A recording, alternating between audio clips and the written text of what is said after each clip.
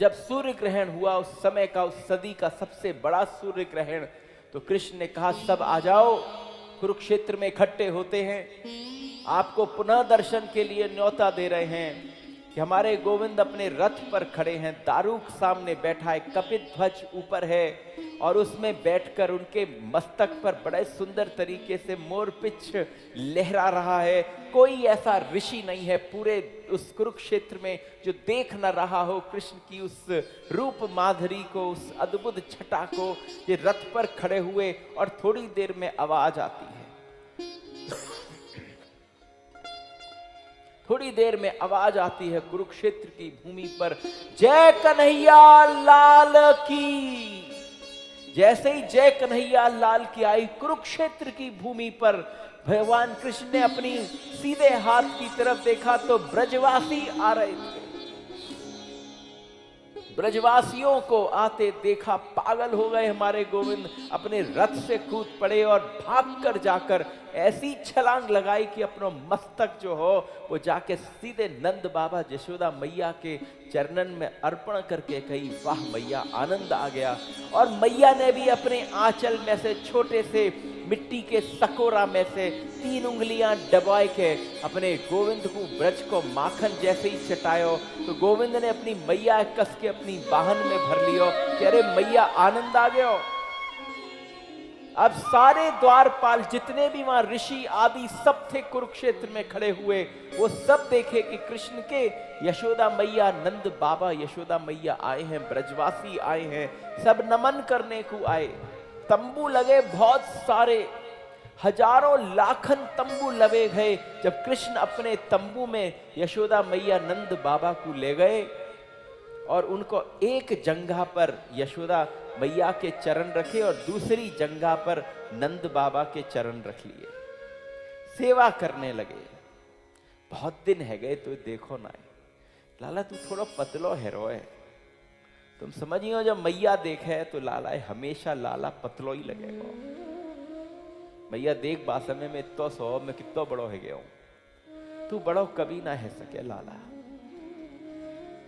अब कन्हैया ने जिस दृष्टि से देखा यशोदा मैया और नंद बाबा की तरफ, मैया समझ गई कृष्ण के अंदर एक प्रश्न था, क्या वो भी आई है?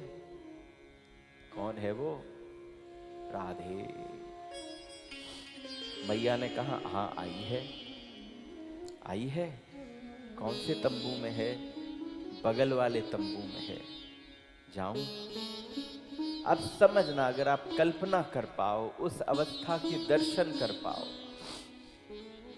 अगर मात्र आप कल्पना कर कर उस अवस्था के दर्शन कर पाओ, जैसे ही हमारे गोविंद ने कहा कि वो भी आई है, तो पीछे इस भाव को सुना किसने?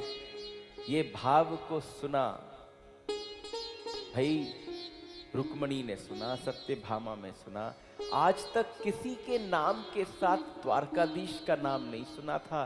सारे ब्रजवासियों के मुख से एक नाम उच्चारित हो रहा था, बोलो राधा गोविंद देव की, बोलो राधा कृष्ण की। जब चारों तरफ हलकारे, जितनी जय जयकार हो रही, राधा गोविंद राधा गोविंद, आंख कान बंद कर कर रुक्मणी सुन रही, मेरा नाम कहीं नहीं लिया जा रहा, ये राधा आखिर में है कौन?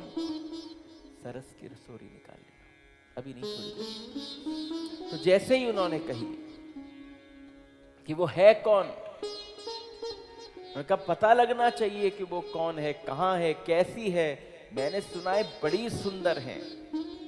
देखो, तुम सबके मन में प्रश्न उठे और हमारे जो ज्यादा पढ़े लिखे लोग हैं उनके मन में ज्यादा प्रश्न उठे कि भाई भगवान कृष्ण ने अपने प्रेम को प्रधानता देते हुए रिश्ते को उतनी प्रधानता नहीं दी। प्रधानता किसको दी? कि प्रेम को प्रधानता दी।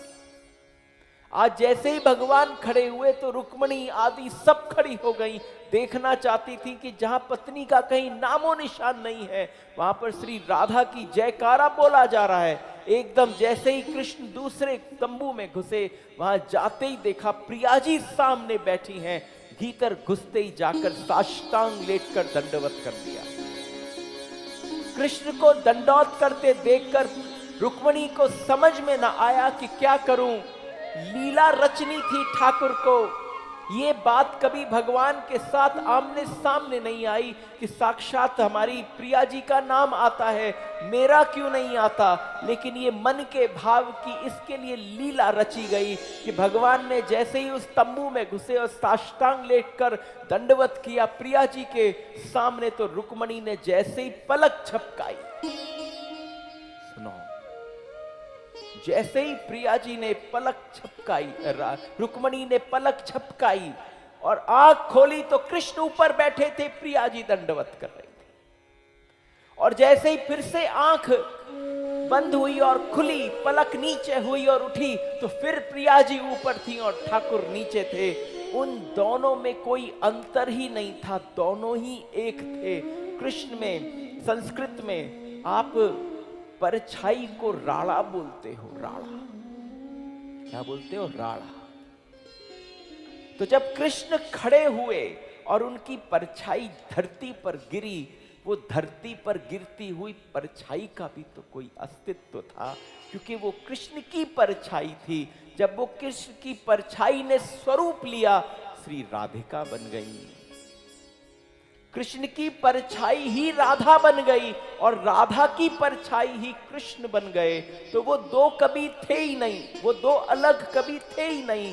तो जहां पर इस भाव को देखा तो रुक्मणी को तब समझ में आया कि ये दो थे ही नहीं कभी, मैं हमेशा मेरे जीवन में श्री राधा गोविंद संग रहने वाले हैं, रुक्मणी उसके पश्चात आने वाली हैं।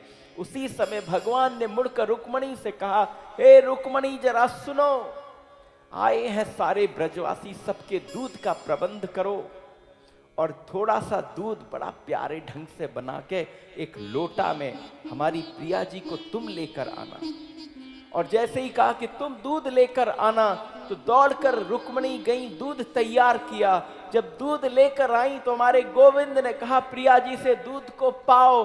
हमारी प्रिया जी ने जब दूध ऊपर से पाना चालू किया तो जैसे ही दूध को पिया और पीने के बाद शैया पर बैठी और लेटने की तैयारी करने लगी कि अब विश्राम करते हैं। उसके बाद मेरे गोविंद कभी खड़े न हो पाए, उठ नहीं पाए, सहारा लिया। सब अष्टपटरानी प्रकृति का सहारा लेकर पुरुष अपने तंबू की तरफ गया। जब वहां पहुंची और रात्रि में नित्य जैसे रुक्मणी चरण सेवा करने के लिए बैठी, तो गोविंद के चरण पर छाले पड़े हुए थे। उन छालों को देखकर प्रिया जी ने पूछा, ये छाले कहां से पड़ गए? उन्होंने कहा, क्या बताऊं प्रिया जी, रुक्मणी तुमने मेरी प्रिया को, मेरी श्री राधे को गरम गरम दूध पिला दिया, पर मैं इतनी गर्माहट उनको कैसे देता?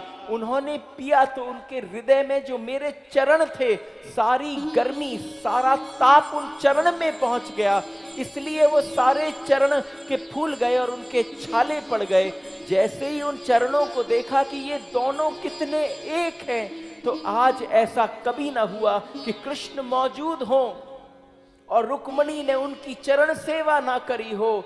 आज वो पहुंच गई श्री राधा जी के कुंज में, राधा जी के तंबू में, और जाकर जैसे ही उनके चरण पकड़े, अपने माथे से स्पर्श करे, तब उस समय पर रुक्मणी ने जो गान किया वो था, सरस किशोरी यस की थोरी रस भोरी जय कृपा को श्री राधे कृपा